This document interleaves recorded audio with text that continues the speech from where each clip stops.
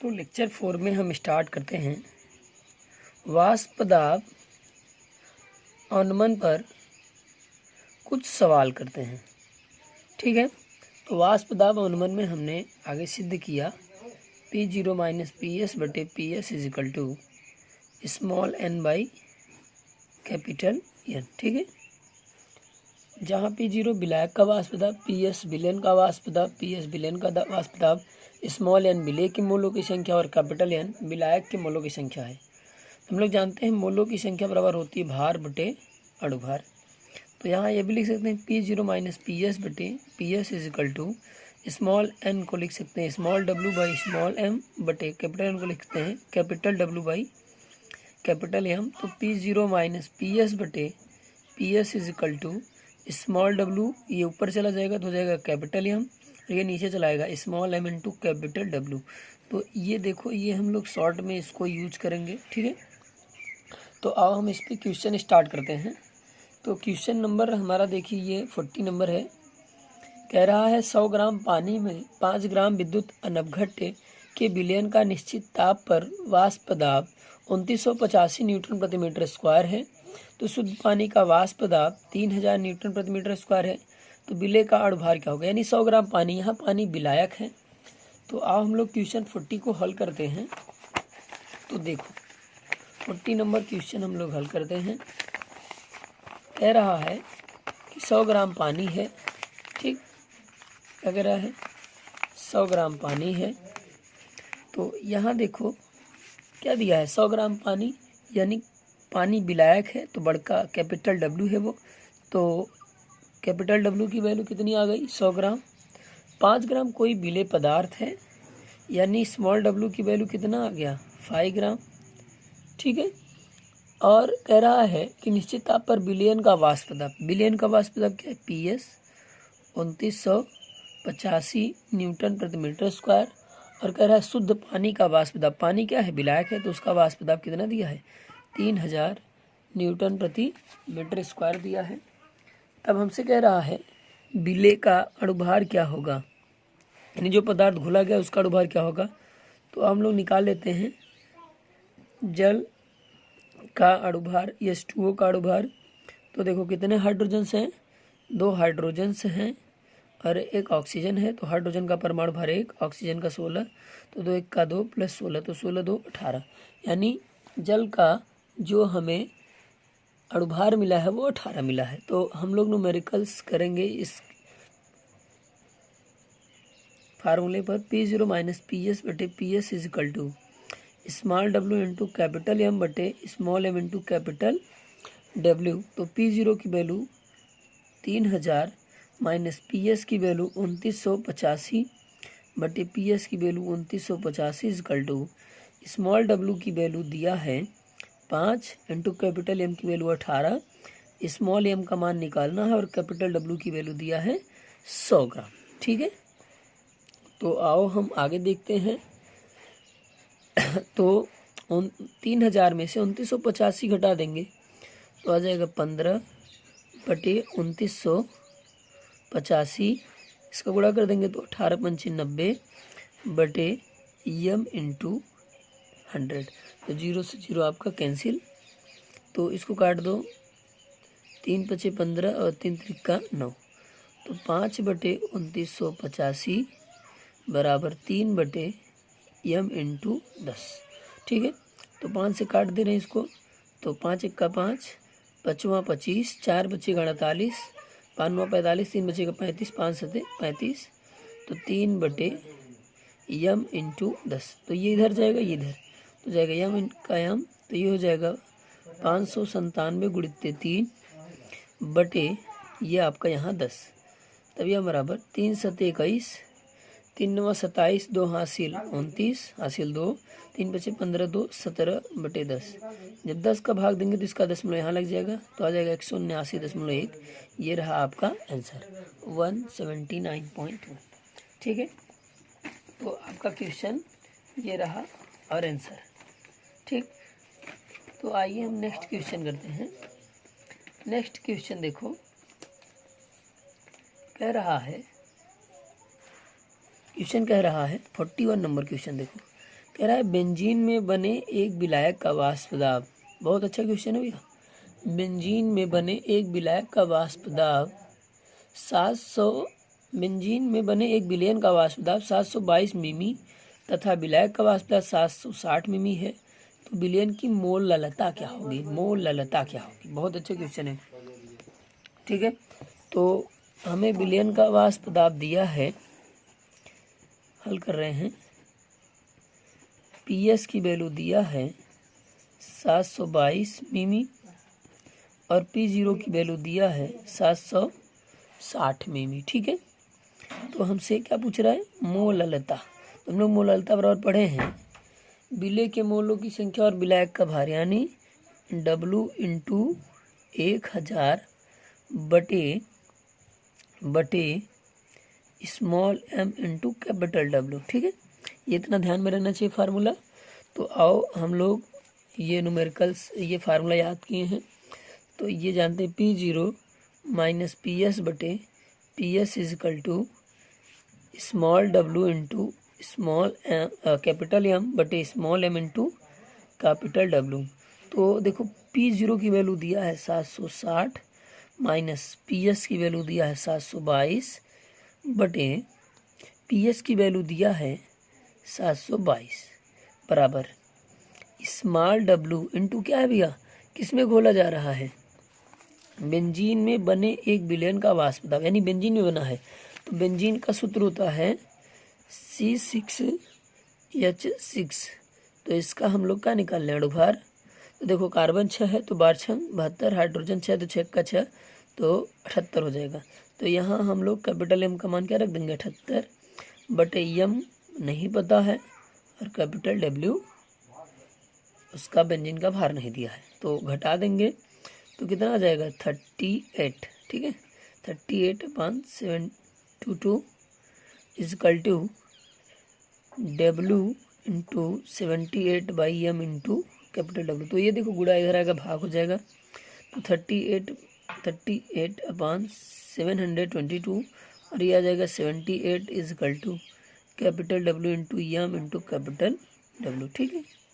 Small w बटे M into capital W। देखो यहाँ 100 है, देखो इस फार्मूले में क्या है 1000 है और यहाँ 1000 नहीं है, तो दोनों पक्षों में क्या कर दो 1000 का गुणा कर दो, दोनों पक्षों में 1000 का गुणा करने पर तो जाएगा 38 इंटू 1000 बटे 722 into 78 is equal to W into 1000 बटे M इंटू कैपिटल W। तो इतने पूरे को हम लोग क्या बोलते हैं, मोललता बोलते हैं।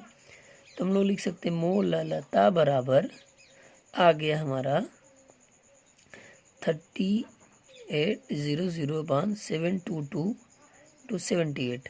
तब हम जब इसको कट करेंगे मोललता हमारी आ जाएगी 0.674, ठीक है। यही हमारा आंसर है। इसको डिवाइड करेंगे तो हमारा आ जाएगा 0.674। बहुत अच्छा क्वेश्चन है, ठीक हो गया। तो आगे हम और क्वेश्चन कराएंगे, ठीक है। तो एक क्वेश्चन और देख लो।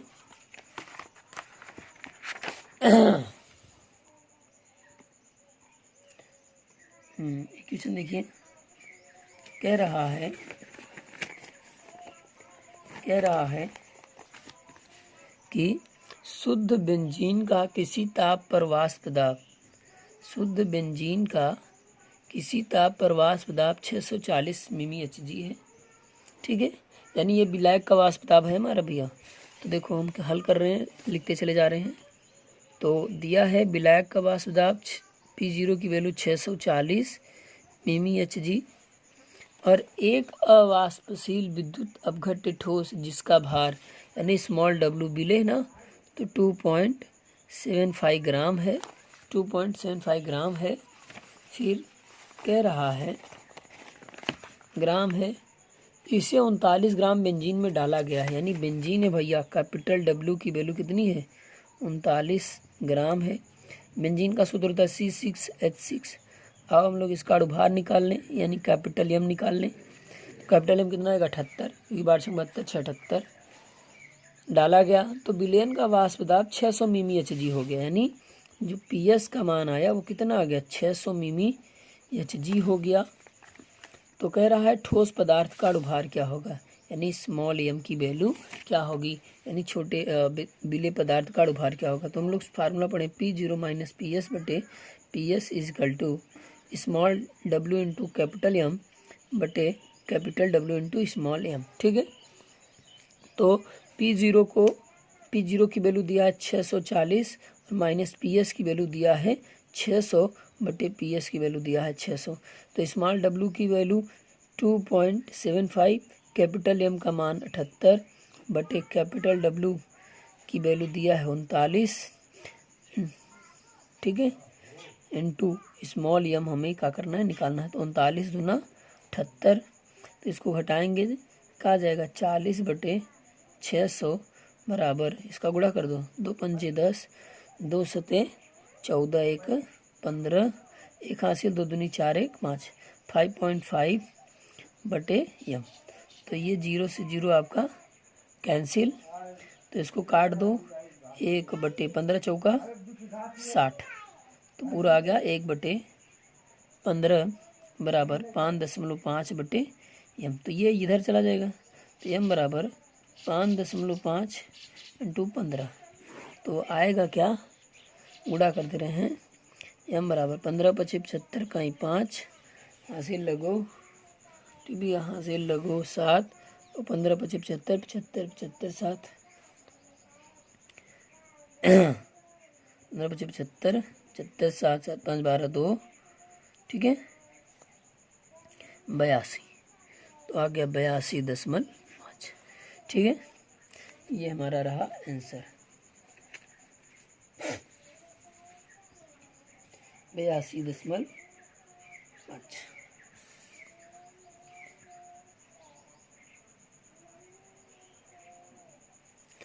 तो अब हम आगे चलते हैं आपको लेकर के, ठीक है, अगली हेडिंग की ओर।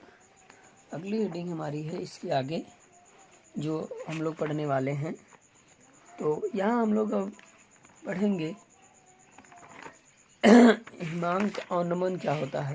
ठीक है, क्या पढ़ने वाले हैं, हिमांक अवनमन। ठीक, हिमांक अवनमन क्या है, आओ हम लोग पढ़ते हैं हिमांक अवनमन।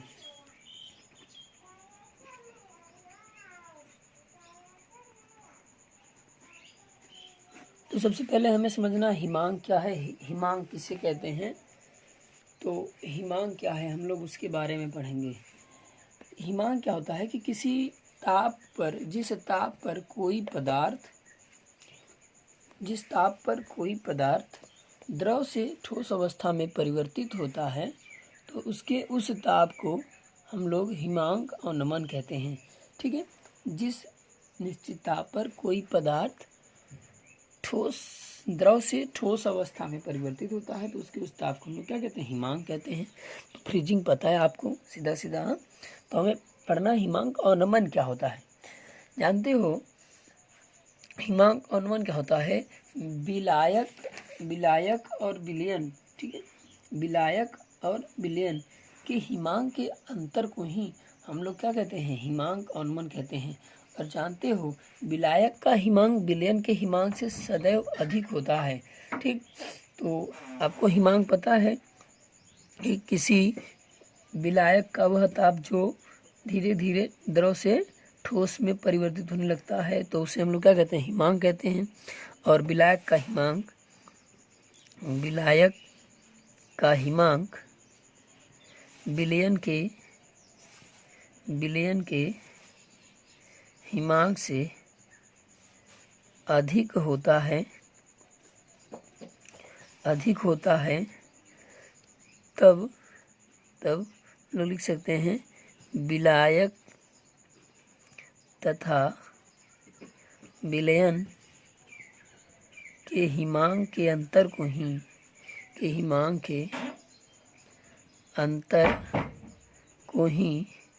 हिमांक अवनमन कहते हैं, हिमांक अवनमन कहते हैं। ठीक है, विलायक तथा विलयन के हिमांक के अंतर को ही हिमांक अवनमन कहते हैं। इसे डेल्टा टी एफ से प्रदर्शित करते हैं, इसे डेल्टा टी एफ से प्रदर्शित करते हैं। तो हम लोग लिख सकते हैं डेल्टा टी एफ बराबर विलायक का हिमांक माइनस विलयन का हिमांक। ठीक है, विलायक का हिमांक माइनस विलयन का हिमांक। तो हम लोग हिमांक अवनमन संबंधित राउल्ट का नियम पढ़ लेते हैं कि राउल्ट ने क्या नियम दिया।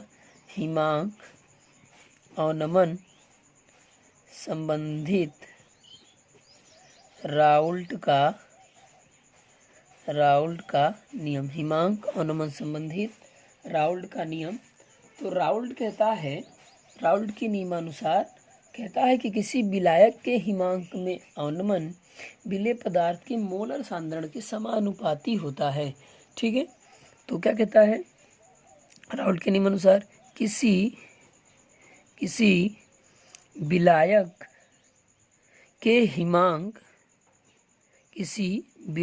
के हिमांक में अवनमन विलेय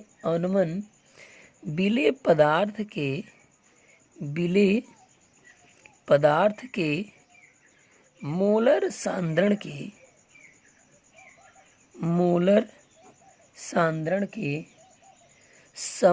समानुपाती होता है। मोलर सांद्रण के समानुपाती होता है। किसी विलायक के हिमांक में अवनमन विलेय पदार्थ के मोलर सांद्रण के समानुपाती होता है। तो तब राउल्ट से हम बना सकते हैं delta T F is proportional to C M, यानी कंसंट्रेशन ऑफ मोलर। ठीक है, कंसंट्रेशन ऑफ मोलर। तो हम लोग जानते हैं मोलर सांद्रण क्या होती है, तो हम ले रहे हैं delta T F is proportional to C M. तो हम लोग सी एम पढ़े हैं, मोलरता पढ़े हैं कि डब्लू गुणित 1000 बटे एम इंटू कैपिटल डब्लू, जहाँ स्मॉल डब्लू विलेय का भार और एम जो है वो विलेय का भार है और कैपिटल डब्लू विलायक का भार है। तो हम लोग लिख सकते हैं delta T F is proportional to small W into 1000 बटे एम इंटू कैपिटल डब्ल्यू। अगर हमें प्रोपोर्शनल टू को हटाना हो तो कोई कांस्टेंट मान लें, तो delta T F equal to K F into small W into 1000 बटे एम इंटू कैपिटल डब्ल्यू। तो ये हमारा हो गया फार्मूला। तो ये कब यूज करेंगे, जब मोलल बोलेगा, क्योंकि यहाँ 1000 है। ठीक है, तो हम यहाँ लिख सकते हैं, हम आपको लिख दे रहे हैं, जहाँ डेल्टा टी एफ बराबर हिमांक अवनमन है। ठीक है, क्या है, हिमांक अवनमन है, और के एफ बराबर क्या है, मोलल अवनमन स्थिरांक है। मोलल अवनमन स्थिरांक है, और स्मॉल डब्ल्यू विलेय का भार है, और कैपिटल डब्ल्यू विलायक का भार है। ठीक है, तो यदि आणविक बोल दिया करे कभी कभी क्वेश्चंस में, क्या बोले, आणविक अवनमन स्थिरांक, तो हम लोग क्या करेंगे 1000 की जगह 100। तो delta T F equal to K F into small W into 100 बटे एम इंटू कैपिटल डब्ल्यू। सब कुछ वही है, केवल के एफ क्या हो जाएगा, केवल के एफ आपका हो जाएगा आणविक अवनमन स्थिरांक। ठीक है, केवल के एफ का आपका हो जाएगा आणविक अवनमन स्थिरांक। तो ठीक है, तो यहाँ हम लोग न्यूमेरिकल्स करने वाले हैं। ठीक है, हिमांक अवनमन संबंधित। तो आइए हम आपको न्यूमेरिकल्स करा दे रहे हैं। ठीक है, देखिए क्वेश्चन नंबर 48। क्वेश्चन नंबर 48 कह रहा है 7.5 ग्राम पदार्थ को 75 ग्राम वाटर में घोलने पर हिमांक में 1.2 डिग्री सेल्सियस की कमी हुई। तो पदार्थ का अणुभार ज्ञात कीजिए। यदि जल का मोलल अवनमन स्थिरांक KF का मान 1.86 डिग्री सेल्सियस प्रति मोलल हो, तो यहाँ देखो प्रति मोलल बोल दिया तो 1000 लगाएंगे, ठीक है। अगर कुछ ना बोलेगा तो हम लोग 1000 लगाएंगे, और यदि आणविक या मोलल बोलेगा तो उसके लिए हम लोग यहाँ शब्द जो लिखे वो प्रयोग करेंगे। तो कह रहा है 48 नंबर क्वेश्चन देखो, कह रहा है 7.5 ग्राम, यानी स्मॉल w की वैल्यू दिया है 7.5 ग्राम। पदार्थ को 75 ग्राम पानी में यानी 75 ग्राम जल में हम लोग घोल रहे हैं, तो इसके हिमांक में यानी डेल्टा TF की वैल्यू कितनी आ गई, 1.2 डिग्री सेल्सियस की कमी हो गई, ठीक है। तब पदार्थ का अणुभार ज्ञात कीजिए, यानी जो हम पदार्थ घोल रहे हैं उसका अणुभार क्या होगा। कह रहा है यदि KF का मान 1.86 डिग्री सेल्सियस प्रति मोलल हो, तो मोलल के लिए हमें 1000 लगाना है, ठीक है। तो हम लोग फार्मूला पढ़े हैं, delta TF is equal to KF into small w into 1000 बटे m इंटू कैपिटल W। तब आ जाएगा डेल्टा TF बराबर KF की वैल्यू 1.86 इंटू स्मॉल w की वैल्यू 7.5 इंटू 1000 बटे m का मान हमें निकालना है, इंटू कैपिटल W की वैल्यू दिया है 75। देखो डेल्टा TF का मान है 1.2 इंटू 1.86, ये 1 0 हटाएंगे तो 75 हो जाएगा, 75 इंटू 100 बटे m इंटू 75, तो 75 से 75 कैंसिल, तो इसको उधर भेजो इसको उधर, तो आ जाएगा m बराबर 1.86 इंटू 100 बाई 1.2। तो देखो जब हम इसको m करेंगे तो इस 100 का गुणा करेंगे तो ये पूरा 186 बटे 1.2। अगर इसको हमको पॉइंट हटाना है, तो यहाँ 1 0 बढ़ा दो, ये 12 हो जाएगा, ठीक है। तो क्या हो जाएगा 12 का 12 और ये बचेगा 6 तो 66, तो 12 पंचे 60, फिर 6 बचेगा ये 60, तो 12 पंचे 60, तो उस पदार्थ का अणुभार कितना आ जाएगा 155 आ जाएगा, ठीक है। तो उस पदार्थ का अणुभार कितना आ जाएगा 155 आ जाएगा, ठीक है। तो आओ हम आपको अगला क्वेश्चंस करा रहे हैं, ठीक है। हम आपको अगला क्वेश्चंस करा दे रहे हैं। देखिए अगला क्वेश्चंस क्या है। अगला क्वेश्चंस है, कह रहा है 0.591 ग्राम पदार्थ जिसका अणुभार 58 है, उसे 100 ग्राम एसिटिक अम्ल के विलयन में बनाया गया है। इस विलयन का हिमांक शुद्ध एसिटिक अम्ल के 16.6 डिग्री सेल्सियस से 0.3 डिग्री से कम हो जाता है, यानी ये हमारा डेल्टा TF का मान है 0.32 डिग्री सेल्सियस। एसिटिक अम्ल के मोलल अवनमन स्थिरांक की गणना कीजिए, यानी KF का मान हमें निकालना है, वो भी मोलल के लिए 1000, ठीक है। तो आओ हम लिख लेते हैं 49 नंबर क्वेश्चंस के लिए। क्या कह रहा है 0.91 ग्राम यानी स्मॉल w की वैल्यू 0.591 ग्राम, ठीक है। पदार्थ का अणुभार है यानी m का मान दिया है 58, और 100 ग्राम एसिटिक अम्ल में यानी कैपिटल W विलायक का भार 100 ग्राम है। कह रहा है विलयन का जो हिमांक है वह 0.32 डिग्री सेल्सियस कम हो जा रहा है, तो हमें KF का मान निकालना है, वो भी मोलल के लिए। तो हम लोग पढ़े हैं डेल्टा TF बराबर KF into small w into 1000 बटे m इंटू कैपिटल W। तो डेल्टा TF का मान 0.32, ठीक है। देखो मोलल बोला इसलिए 1000, आणविक बोलता तो 100 लगाते हैं, तो 0.32 KF की वैल्यू हमें निकालनी है, और स्मॉल w की वैल्यू दिया है 0.591 इंटू 1000 बटे m का मान दिया है 58 इंटू कैपिटल W की वैल्यू 100, तो 0 से 0 कैंसिल हो गया हमारा, तो ये इधर जाएगा, हो जाएगा 0.32 into 58 is equal to KF into, इसको जब हम 10 का मल्टीप्लिकेशन कर देंगे तो हो जाएगा 5.91, तो इसको इधर भेज दो, तो KF बराबर आ जाएगा 0.32 इंटू 58 बाई 5.91, ठीक है। तब हमारा हो जाएगा KF इजिकल टू, इसका हम मल्टीप्लिकेशन करा दे रहे हैं, ठीक है।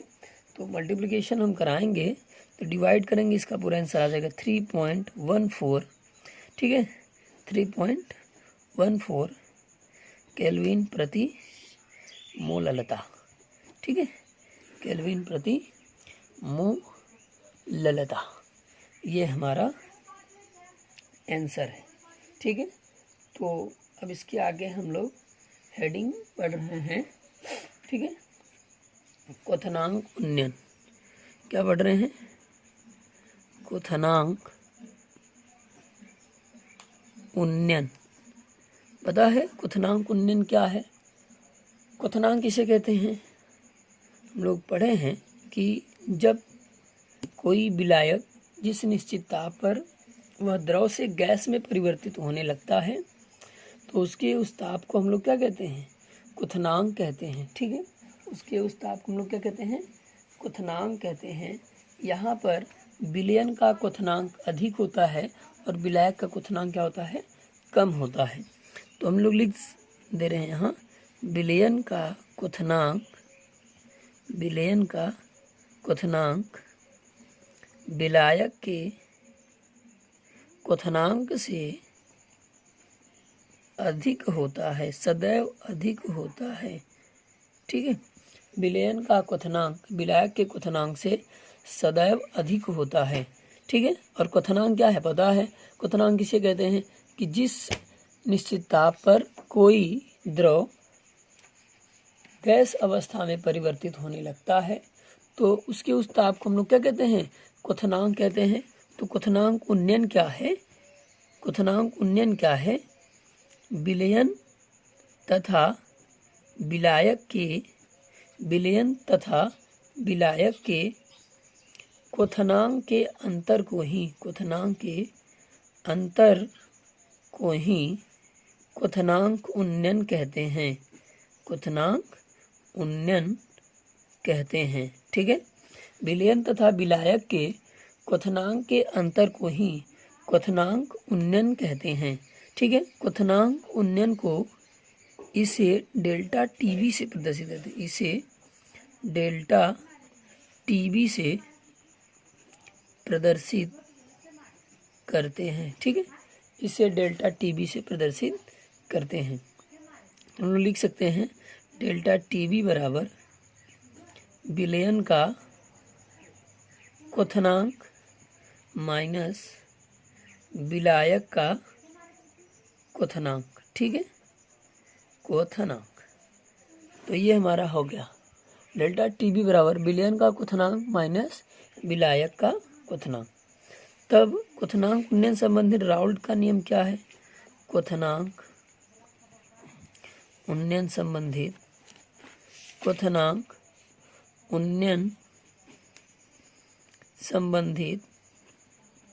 राउल्ट का नियम। क्वथनांक उन्नयन संबंधित राउल्ट का नियम। राउल्ट ने क्या नियम प्रस्तुत किया? हम लोग उसको देखते हैं। राउल्ट कहता है कि किसी विलायक के क्वथनांक में उन्नयन विलेय पदार्थ के मोलर सांद्रण के समानुपाती होता है। किसी विलायक के क्वथनांक में उन्नयन विलेय पदार्थ के मोलर सांद्रण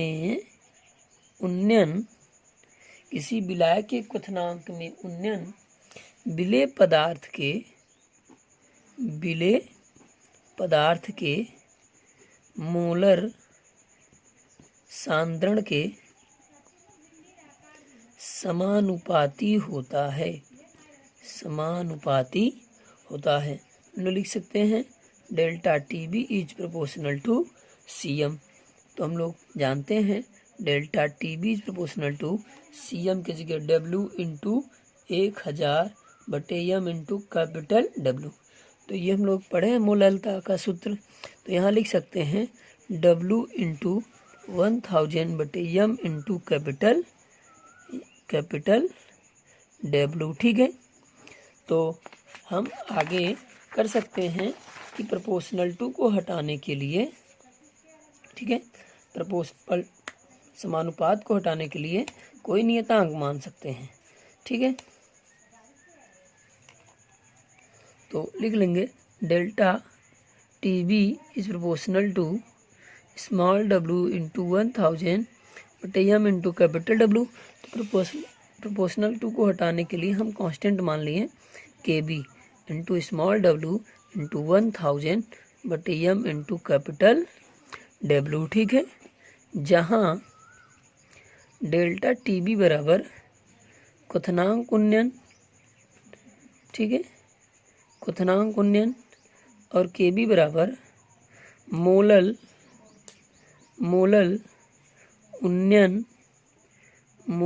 उन्नयन स्थिरांक है, ठीक है। और स्मॉल डब्लू विलेय का भार है, स्मॉल डब्लू विलेय का भार है, कैपिटल डब्लू विलायक का भार है, और यम विलेय का अणुभार है, ठीक है, यम विलेय का अणुभार है, ठीक है। तो इतना हम लोग कर सकते हैं। और हाँ, 1000 रहेगा तो मोलल, ठीक है। अगर मोलल उन्नयन स्थिरांक कहेगा तो हम लोग फार्मूला लगाएंगे डेल्टा टी बी बराबर K B into small W into 1000 by M into capital W. और यदि आणविक, ठीक है, यदि आणविक उन्नयन स्थिरांक कहेगा तो उसके लिए हम लोग 100 लगाएंगे। तो डेल्टा टी बी बराबर K B into small W into 100 by M into W, ठीक है। तो इस पे भी हम लोग न्यूमेरिकल्स करेंगे, ठीक। तो इस पे न्यूमेरिकल्स करते हैं। देखिए 45 नंबर क्वेश्चन कह रहा है 5.4 ग्राम ग्लूकोज को 120 ग्राम जल में विलय करने पर क्वथनांक में 0.13 डिग्री सेल्सियस की वृद्धि होती है। तो जल के आणविक उन्नयन स्थिरांक की गणना कीजिए। आणविक का मतलब समझ गए हो, सूत्र में क्या लगाना है, 100। तो आओ हमें दिया क्या है वो देखते हैं। तो 45 नंबर क्वेश्चन में दिया है स्मॉल डब्लू की वैल्यू 5.4 ग्राम और विलय क्या है C6H12O6 ग्लूकोज। तो हम लोग क्या निकालने, ग्लूकोज का अणुभार यानी यम। तो देखो कार्बन कितना है 6, हाइड्रोजन 12 और ऑक्सीजन 6। तो कार्बन का होता है 12, हाइड्रोजन का होता है 1, ऑक्सीजन का होता है 16। तो 12 छंग 72, 6 का 6, 16 6 का 96। तो जोड़ेंगे कितना आ जाएगा 180। तो ग्लूकोज का अणुभार हमारा कितना आ गया 180 आ गया। और कैपिटल डब्लू की वैल्यू दिया है 120 ग्राम, यानी 120 ग्राम जल है।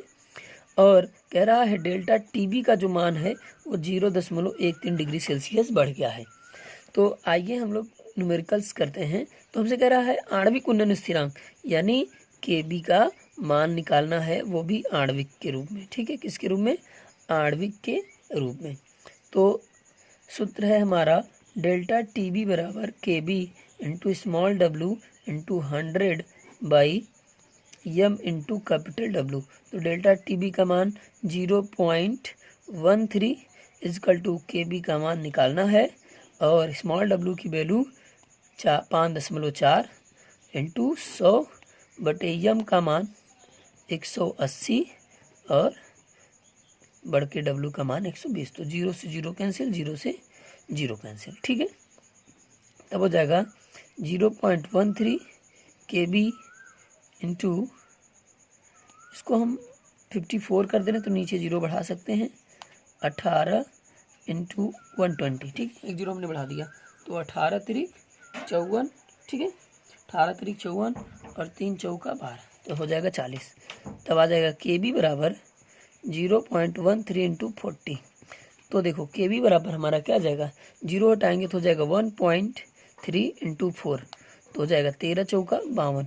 तो हमारा आंसर आ जाएगा 5.2, कितना आ जाएगा 5.2 केल्विन प्रति 100 ग्राम विलायक, केल्विन प्रति 100 ग्राम विलायक, या आणविक भी लिख सकते हैं हम लोग ना। तो ये रहा हमारा क्वेश्चंस। अब आओ हम एक क्वेश्चन और करा दे रहे हैं आपको, क्वेश्चन नंबर 46। क्वेश्चन नंबर 46 देखिए, कह रहा है जब 0.5143 ग्राम, ठीक है, 0.5143 ग्राम एंथ्रासीन 35 ग्राम क्लोरोफार में घोली जाती है तो क्लोरोफार्म का क्वथनांक 0.323 डिग्री सेल्सियस बढ़ जाता है। तो एंथ्रासीन का अणुभार ज्ञात कीजिए।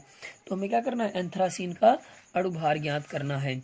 तो आओ देखो दिया क्या क्या है वो हम लोग हल करते हैं। पहले कह रहा है स्मॉल डब्लू की वैल्यू दिया है 0.5143 ग्राम और 35 ग्राम क्लोरोफार्म है, यानी कैपिटल डब्लू की वैल्यू 35 ग्राम है। तब इसके क्वथनांक में यानी डेल्टा टीवी का मान 0.323 डिग्री सेल्सियस हो जाता है। तो एंथ्रासीन का हमें अणुभार ज्ञात करना है। कह रहा है केबी का मान 3.9 केल्विन प्रति मोल किलोग्राम है। भैया की मोल प्रति किलोग्राम दिया है, यानी मोललता है हमारी, मोललता के लिए 1000 लगाना है।